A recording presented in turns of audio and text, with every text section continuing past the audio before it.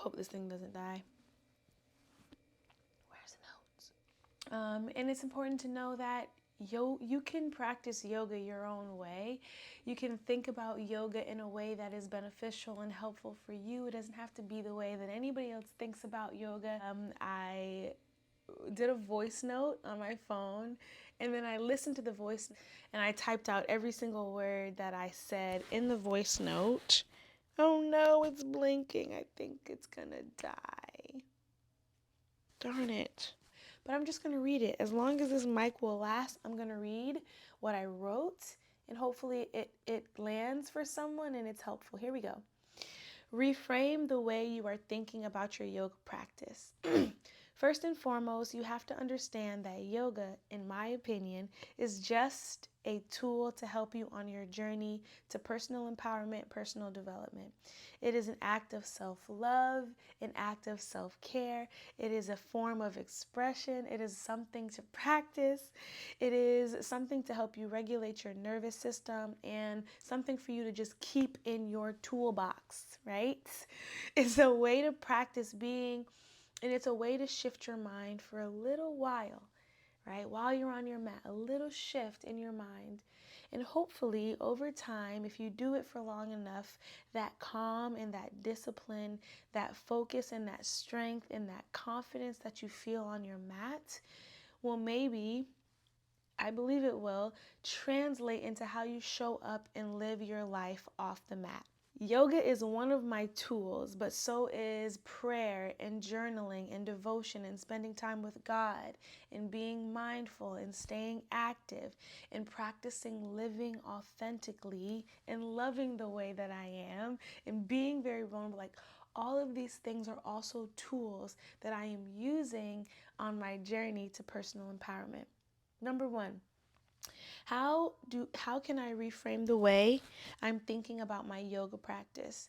Remember that yoga is a tool, and you have to really think about why you want to practice.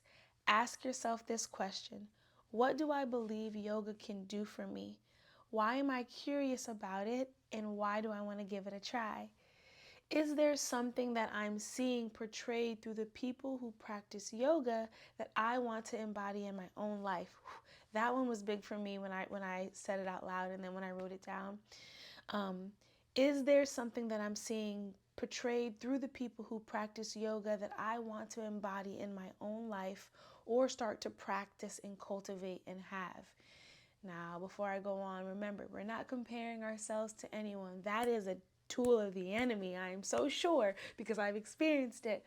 But when you see yoga, when you see people who practice yoga consistently, is there something that you're seeing that you're like, I want to experience that? Number two, how to reframe the way you think about your yoga practice. So let's think about what it means to reframe the way you think. Find a different way to look at a situation. So first you have to ask yourself, what is it that I think about yoga? What are my thoughts around this yoga practice? Maybe it's curiosity. Maybe you're thinking, is it for me? Do I belong in that space? Can I even do it? I'm not flexible. Yoga goes against my beliefs. Like, what do you think about yoga? I wrote like in here so many times because I literally verbatim typed down what I said. And I say the word like a lot. Maybe you're thinking, yoga is too hard. Yoga isn't hard enough. Yoga is only stretching. What do you think about yoga? Right? Think about the thoughts that come up in your mind when you think about a yoga practice. Number three, have you started practicing? Maybe you haven't started practicing yet, but you want to, or you're thinking about getting started. And if that is you, I would say, what is stopping you from trying? And start on YouTube. YouTube is major. It's one of the best places, in my opinion, to get started. Type in specific areas that you want to focus on. Maybe your low back pain or issues or flexibility or strength, core, balance, focus, your hamstrings, right? Maybe your upper body strength or your lower body, right? Stress relief, better sleep, better health, heart health, better breathing. All of these things I wrote down. Type it in, right? What do you want to practice yoga for specifically? Number 4, I already read in the previous part the first part of this video, but I'm going to read it again. How do I reframe the way I am thinking about my practice? Whatever that practice is, remember that a big part of any journey is starting small. Be willing to work a little each day. Give yourself grace as you are starting out and establishing new routines. Be kind and learn how to listen to your body when it's talking to you. Learn how to adjust and find comfort in the challenge. And remember to breathe and focus on staying calm in your breath and in your mind. And on that last tip, maybe did you notice that I didn't even say the word yoga one time?